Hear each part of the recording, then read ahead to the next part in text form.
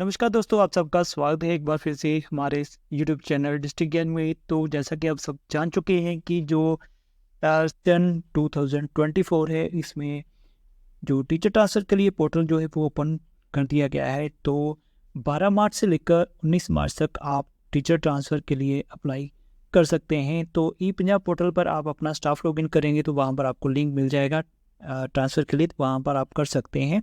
तो आपने कैसे अप्लाई करना है इसके रिगार्डिंग जल्दी ही मैं जो वीडियो वो अपलोड कर दूंगा। बट आज की इस वीडियो में मैं आपको बताने वाला हूं कि अगर आपने टीचर ट्रांसफ़र के लिए अप्लाई करना है तो कुछ ऐसी चीज़ें जो आपको करनी बहुत ज़रूरी हैं टीचर ट्रांसफ़र अप्लाई करने से पहले। नहीं तो आपका जो डाटा है वो या तो डाटा मिसमैच हो सकता है या फिर आप नॉट एलिजिबल हो सकते हैं। तो आज की इस वीडियो में मैं आपको पूरी जो जानकारी है वो बताने वाला हूं। तो काफ़ी टीचर ऐसे भी होंगे जो पहले से भी जो ट्रांसफ़र है करवा चुके हैं, कई बार ट्रांसफ़र करवा चुके हैं।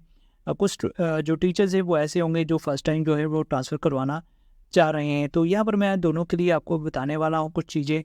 वैसे तो हम अपना जो डाटा है वो प्रॉपर से ही रखते हैं, बट फिर भी कई बार या फिर मैं अगर लास्ट ईयर की बात करूँ तो काफ़ी टीचर्स ऐसे थे जब वो अप्लाई करते थे तो उनका जो डाटा है वो मिसमैच हो गया या फिर वो नॉट एलिजिबल हो गए। तो उसका क्या रीज़न था वो आपको इस वीडियो में मैं सारी चीज़ें बताऊँगा। तो नोटिफिकेशन आप सभी ने या पब्लिक नोटिस आप सभी ने पढ़ लिया होगा। तो इस नोटिस के अकॉर्डिंग आपकी जो ई पंजाब पोर्टल पर ट्रांसफ़र करने की जो डेट है वो 12 मार्च से लेकर 19 मार्च तक है, ठीक है। तो इसमें आप अपनी जो डिटेल्स है वो फिल करेंगे। यहाँ पर आपने जनरेट फिल करनी है, रिजल्ट फिल करना है और अपना जो सर्विस रिकॉर्ड है वो फिल करना है। तो यहाँ पर जो मोस्ट इम्पोर्टेंट चीज़ है कि यहाँ पर आपकी जो जनरल डिटेल्स है वो सही होनी चाहिए। इसके अलावा आपका जो रिज़ल्ट है, जो आपका रिज़ल्ट होता है, जो एसीआर में होता है वो तो आप ठीक ही भरते हैं। बट कई बार आपका जो सर्विस रिकॉर्ड है वो आपका मिसमैच हो जाता है, उसमें प्रॉब्लम आती है या फिर जनरल डिटेल्स में प्रॉब्लम आती है, जिसके कारण आपका जो डाटा है वो मिसमैच हो जाता है या फिर आप नॉट एलिजिबल हो जाते हैं। तो यहाँ पर मैं एक एग्जांपल आपको बता रहा हूँ। यहाँ पर जो आप स्क्रीनशॉट देख रहे हैं, यहाँ पर अगर ऐसी कोई प्रॉब्लम आती है, अगर आपका डिटेल जो है वो सही नहीं होती, तो यहाँ पर आपको एक मैसेज आया, यहाँ पर डिस्प्ले हो रहा है कि not eligible station choice not given. तो आपको इस तरह से मैसेज आ जाता है या फिर कुछ टीचर्स को मैसेज आ जाता है, यहाँ पर डाटा मिसमैच का भी मैसेज जो है वो आ जाता था। तो लास्ट ईयर उनको दोबारा से जो चांस है वो दिया गया था जिससे कि वो डाटा अपना करेक्ट कर सकें और दोबारा से उनकी तरफ से अप्लाई भी करवाया गया था। बट अगर आप इस बार अप्लाई करना चाह रहे हैं तो कोशिश करें कि अपना जो डाटा है वो सही कर लीजिए। वो डाटा क्या सही करना है, कैसे सही करना है, वो मैं आपको अब बताने वाला हूँ। तो जैसे ही आप अपना ई पंजाब पोर्टल खोलेंगे तो सबसे पहले तो आपको अपना स्टाफ लॉगिन कर लेना है। स्टाफ लॉगिन करने के बाद आपको जो इम्पोर्टेंट चीज़ है जो आपने ध्यान में रखनी है और अच्छे से चेक कर लेना है। अगर उसमें आपको लगता है कोई गलती है या कुछ मिस्टेक है या आप उसको कुछ ठीक करना चाहते हैं, तो आप अपने एमआईएस से कॉन्टैक्ट करके, एमआईएस कोऑर्डिनेटर से कॉन्टैक्ट करके डाटा डिसअप्रूव करवा के उसको करेक्ट कर सकते हैं। तो यहाँ पर आपको दो चीज़ें देखने को मिल रही हैं। यहाँ पर जनरल प्रोफाइल है और डिटेल ऑफ फर्स्ट ज्वाइनिंग है। तो ये मैंने प्राइवेसी के कारण जो सभी डिटेल्स है वो हाइड कर दी हैं।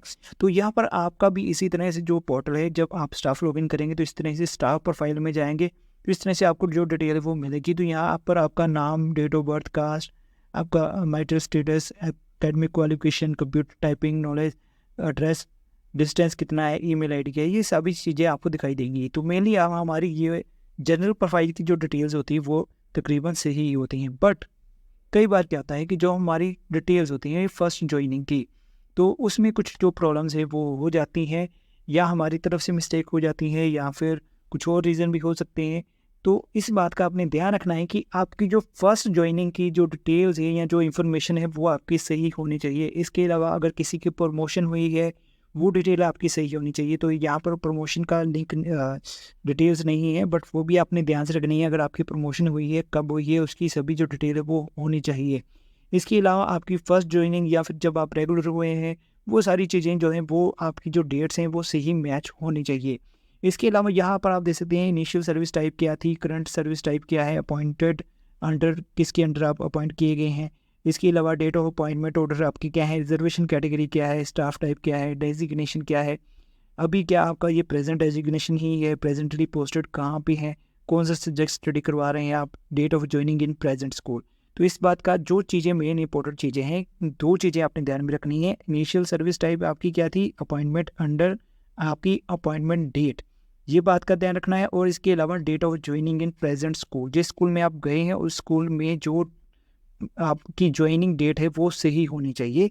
इसके अलावा मोड ऑफ रिक्रूटमेंट हो गया, posting status, date of joining क्या है, subject which appointed, class out. तो ये चीज़ें थोड़ी नॉर्मल है, बट मेन जो चीज़ें हैं जो प्रॉब्लम्स आती हैं या क्रिएट होती हैं कि जो आपकी डेट ऑफ ज्वाइनिंग है या जो आपकी इनिशियल डेट है वो मिसमैच हो जाती है, जिससे प्रॉब्लम आती है। इसके अलावा आपकी इस डिटेल्स में अगर कोई भी इंफॉर्मेशन सही नहीं है तो भी आपका जो डाटा है वो मिसमैच हो सकता है या फिर आप नॉट एलिजिबल हो सकते हैं। तो प्लीज़ इस बात का ध्यान रखिएगा, और जिससे कि आपको कोई भी परेशानी का सामना ना करना पड़े। तो मे भी हो सकता है कि आपकी जो सभी जो डिटेल है वो करेक्ट ही हो, बट फिर भी एक बार आप अपनी डिटेल्स ज़रूर चेक कर लीजिएगा अप्लाई करने से पहले, क्योंकि बाद में अगर डाटा आपका लॉक हो गया और डेट निकल गई, बाद में आपको प्रॉब्लम हो सकती है। तो इसलिए अप्लाई करने से पहले आप अपना जो डाटा है वो करेक्ट कर लीजिएगा और देख लीजिएगा। इसके अलावा जब आप ई पंजाब पोर्टल पर अप्लाई करेंगे तो आपको यहाँ पर इस तरह से ऑप्शंस मिलेगी, जनरल डिटेल्स की, रिजल्ट की और सर्विस रिकॉर्ड की। तो जैसे मैंने आपको अब ये जनरल डिटेल्स की बता दिया कि आपको जो जनरल डिटेल्स में क्या क्या चीज़ें आपके पास होनी चाहिए, ये चीज़ें आपके पास होनी चाहिए, ये चीज़ें आपने करेक्ट रखनी है। इसके अलावा रिजल्ट, तो आपको जो भी रिजल्ट आया होगा वो आपने यहाँ पे फिल कर देना है। कैसे फिल करना है, क्या क्या चीज़ें फिल करनी है, वो मैं अलग से वीडियो बनाऊंगा जहाँ पर बताऊंगा कि आपने कैसे अप्लाई करना है, कौन कौन सी चीज़ें आपने वहाँ पे फिल करनी है। जो नेक्स्ट मेन इम्पोर्टेंट चीज़ है कि सर्विस रिकॉर्ड, आपका जो सर्विस रिकॉर्ड है आपने हो सकता है एक स्कूल से ट्रांसफ़र करवाई हो, उसके बाद दूसरे से, तीसरे से, 3-4 स्कूल हो सकता है आपने ट्रांसफ़र करवा ली हो। तो आपने जो भी डेट्स मेंशन करनी है बड़े ध्यान से मेंशन करनी है, जिससे कि कोई डाटा मिसमैच ना हो या कोई गैप ना हो आपकी सर्विस में, ये बात का भी आपने ध्यान रखना है। तो ये सारी चीज़ें कंप्लीट करने के बाद, ये अपना डाटा चेक करने के बाद, ये आप जो ट्रांसफ़र के लिए अप्लाई करिए और उन चीज़ों को फिल करिएगा, और उसके बाद आपने अप्रूव डाटा बटन पे क्लिक कर देना है। उसके बाद जो आपका डाटा होगा वो आपके जो भी डीडीओ होंगे उनके पास पहुंच जाएगा, उनकी तरफ से भी वेरिफिकेशन जो है वो की जाएगी। अगर कोई प्रॉब्लम होगी तो आपका जो डाटा है फिर रिजेक्ट करके आपको फिर से दोबारा से फिल करना पड़ सकता है। तो इसलिए ये कुछ मेन इंपॉर्टेंट चीज़ है या जो बातें हैं जो आप अप्लाई करने से पहले ध्यान में ज़रूर रखिएगा, जिससे कि बाद में कोई भी प्रॉब्लम या कोई भी इशू आपको ना आए। तो उम्मीद करता हूँ जो भी हमने इन्फॉर्मेशन आपको दी है आपको अच्छे से गाइडेंस मिल गई होगी। फिर भी अगर आपकी कोई क्यूरी या कोई क्वेश्चन होगा तो आप मुझे कमेंट सेक्शन में पूछ सकते हैं। तो जो लास्ट डेट है कोशिश करिए कि उससे जो पहले आप अप्लाई करिए, क्योंकि जो लास्ट डेट होती है उसमें कई बार जो साइट है वो बिज़ी हो जाती है और काफ़ी सारे जो टीचर्स है वो अप्लाई नहीं कर पाते या उनको प्रॉब्लम फेस करनी पड़ती है। तो वेबसाइट पर काफ़ी जो रश है वो हो जाता है। इसलिए कोशिश करिए कि जैसे 12 मार्च से अप्लाई करना शुरू हो चुका है तो आप मतलब कि 19 मार्च से पहले ही आप अपना जो टीचर ट्रांसफ़र के लिए अप्लाई ज़रूर कर लिए। इसके अलावा आपके पास जो ACR के मार्क्स हैं वो ज़रूर होने चाहिए। अगर आपके पास ACR नहीं है तो वो ज़रूर ले लीजिए, उसके नंबर भी आपके वहाँ पे फिल होंगे।